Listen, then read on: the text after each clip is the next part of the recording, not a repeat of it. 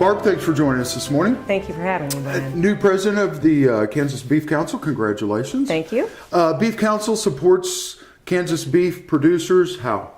We administer the dollar per head checkoff for the state of Kansas, and we take those dollars collected in the state of Kansas, send on what we're required to by law to the Cattlemen's Beef Board, and then use the balance of that to promote beef's positive image in the state of Kansas and within the region.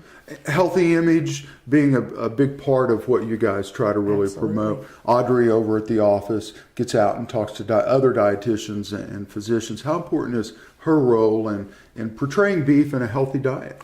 Audrey Monroe is a registered dietitian, and she is very well respected within the state of Kansas and within the region, and she does a beautiful job of interacting with fellow professionals, and that's the important part. She's a legitimate, respected, and credentialed professional who can speak to a doctor or a fellow dietitian or a nutritionist on a level that we as beef producers can't. And she does that very effectively for all of us in the state of Kansas.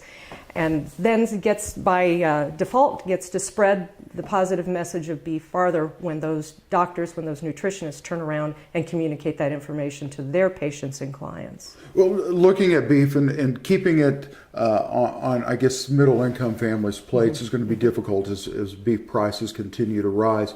Again, getting out and talking to people about the 29 lean cuts, ground beef being a great alternative to some of the more expensive cuts. How important is that? It's very important because the reality is consumers are price sensitive. What we try to communicate as the Beef Council is how cost efficient beef really is. You get a lot of bang for your nutritional buck in that package.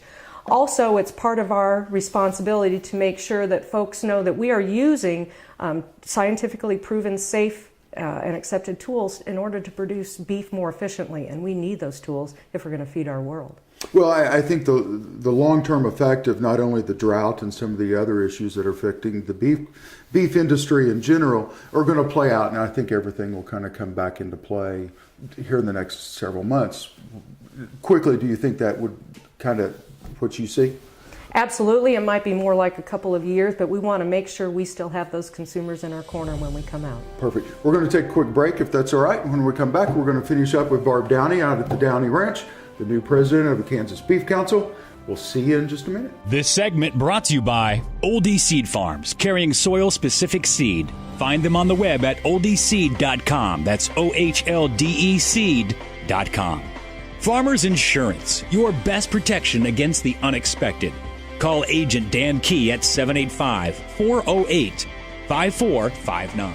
Grass and Grain, online or in the mail, keeping Kansas farmers informed for over 60 years. grassandgrain.com. Blue River Traders, the finest selection of Western-style furniture for your home. BlueRiverTraders.com.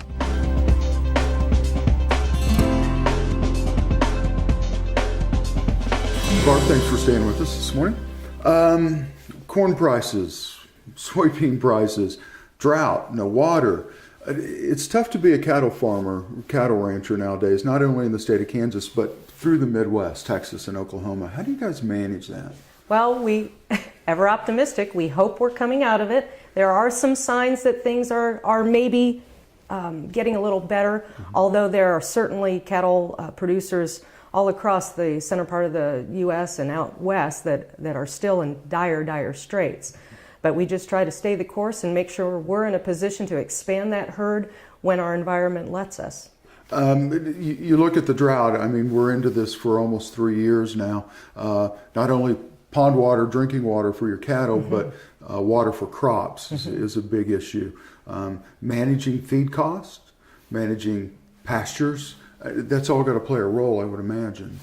Absolutely, and I think all ranchers are very cognizant that our resources are delicate, fragile, and must be properly maintained. And so I see, on our own ranch and our neighbors and folks I know across the state are doing a very good job of managing those pastures so that long term they are in good shape. It may be some pain for the rancher short term, but long term we want to be in a position that we have our very valuable resources are sitting there in good shape when we come out and reach a steady state. Well, you touched on a topic that I think most people who aren't in the beef industry don't understand is increasing herd size. I think someone outside would look at that and go, well, why would you call your herd when times are tough? You would figure you would try to add on to that business sense, but it really, in your industry, it doesn't make business sense to do that. Right, and it can make the lows lower because, just like you say, in times of tight supply,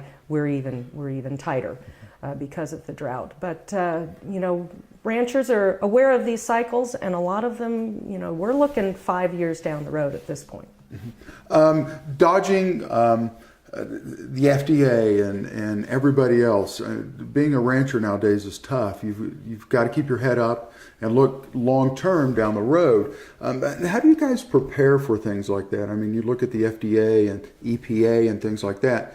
On a whim, can change the way you do business. They absolutely can, and sometimes it feels like we're shooting at a moving target. But I think what we need to do as a business is we keep our sights on the science, the research, make sure we're producing in a responsible, ethical, and responsible way, and stay the course to some degree, and rely on organizations like our Beef Council to stay out ahead of these. Do the necessary work in a PR manner, run interference with FDA, USDA to make sure that we're all playing on a level and reasonable playing field. Well, I can tell you, but I've spent a lot of time with Barb and Joe out here over the years, and no one runs a better operation than you guys do. You've always got an open barn policy. If you want to see how beef is produced here in the state of Kansas, the Downey Ranch has always said, come on out and see how we produce beef here in the state of Kansas. And that's true for a bunch of ranchers I know. We all have an open door. We don't have anything to hide. We're out here doing it right, and we don't mind if anyone looks. Very good. Barb, thank you for your time. You're welcome, Brian. Thank you. If you'd like to advertise your business on kansasAGreport, give us a call at 785-554-5974.